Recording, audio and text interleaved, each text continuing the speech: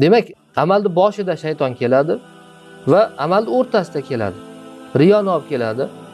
Shijoat bilan jo'shib, Allohning roziligiga bo'lgan ishtiyoq bilan amal qilib turgan paytingizda shayton riyoni olib keladi, bildirmasdan. Kimdir kelib qoladi shu amal qilayotganingizda, kimdir eshitib qoladi, kimdir ko'rib qoladi, yoki shu qilayotgan amalingizni kimdir eshitishini xohlaysiz. Mana bu amalning o'rtasidagi hujumi shaytondir. Amal qilib bo'lgandan keyin ham hujum qiladi. Amaldan keyingi hujumi shaytonni bu ujub, manmansirashlik. Amal qiladidan keyin xuddi Alloh taologa bir narsani o'tkazib qo'yganday, men epladim, men qildim, xuddi o'z kuch toqati bilan qilganday inson keriladi. Bu ham amalni habata qiladigan ishlardan hisoblanadi. Inson manmansirashligi. Hadisda keladi Rasululloh, amal qilmasdan shunga afsus qilib o'tirishlaring menga amal qilib qo'yib maqtanishlaringdan yaxshi dedi Rasululloh. Chunki amal qilmasa inson siniq bo'ladi. Allohning huzurida hokisor o'tiradi, xuddi ayb ish qilib qo'ygan odamdek. Qilib qo'ygandan keyin xuddi o'tkazib qo'ygandek Alloh taolo bu bandalarini kerilishini yoqtirmaydi. Chunki kibriyo bu kerilish, maqtanish va kibr Allohning o'ziga xos sifat. Alloh o'ziga xos bo'lgan sifatni o'zida borligini da'vo qilishini Alloh taolo yomon ko'radi. Mana bular amalning ofatlari. Inson bu amalga keladigan ofatlarni ham bilib qo'yishligi kerak. Shu ishlarni qilib qo'yib amali habata bo'lib ketmasligi uchun. Chunki inson yillab amal qilib yurishligi mumkin, lekin shu amalidan zarracha foyda ola olmasligi mumkin. Mana bu haqiqiy ziyon kirgan, bankrot bo'lgan muflis odam mana shu.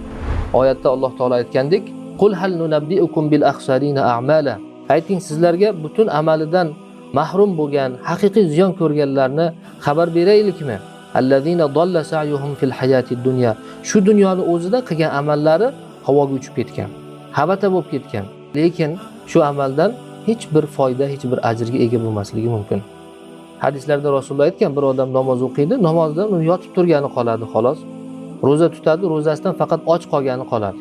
Boshqa hech narsaga erisha olmaydi.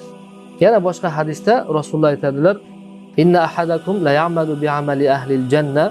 Jannat ahlini amalini qiladi bir umr. Hatta ma yakunu baynahu va baynal jannati illa zira'. U bilan jannat o'rtasida bir ziro qolganda, bir qarich, ya'ni ozgina masofa qolganda, fayamalu bi'amali ahli an-nar, jahannam ahlini amalini qiladi, fayadkhuluha, unga kirib ketadi dedilar. Mana shu hadisni sharhida ulamolar aytishadiki, bu boshqa bir rivoyatda la ya'malu bi'amali ahli al-janna fima yabdu lin-nas deb kelgan. Jannat ahlini amalini qiladi zohirda, tashqi ko'rinishda. Odamlar qaraganda jannat ahlini amalini qilib yuribdi, dars beryapti, dars olyapti, Qur'on o'qityapti, roza tutyapti, namoz o'qiyapti, xayr ehson qilyapti. Bular jannat ahlini amallarimi? Zohirdan, tashqidan qaraganimizda jannat ahlini amallari. Ammo lekin ichida nima bor? Riyo bor yoki sum'a bor, shuhratparastlik, obro' sevgisi bor. Odamlarni maqtovini yaxshi ko'rib qilyapti u. Odamlar maqtasa gupurib ketadi. Ha, siz zo'r qilyapsiz desa, shunaqa yoqib ketadi. Agar odamlar yomonlab qo'yadigan bo'lsa shu bitta qilgan ishini, ularga eng ashaddiy dushman bo'ladi. Nimaga? Chunki uni nazdida mezon, o'lchov odamlarning maqtovi yoki odamlarning malomati. Shunga qarab yuradi u. Demak, qilayotgan amallarimizni uni asrab avaylaydigan ham, erta qiyomatda bizga uni foydasini tegishiga xizmat qiladigan ham bittagina shu ixlos. Inson ixlos bilan amal qilsa qachon, ana shunda mana bu ofatlardan, illatlardan qutuladi, xalos bo'ladi.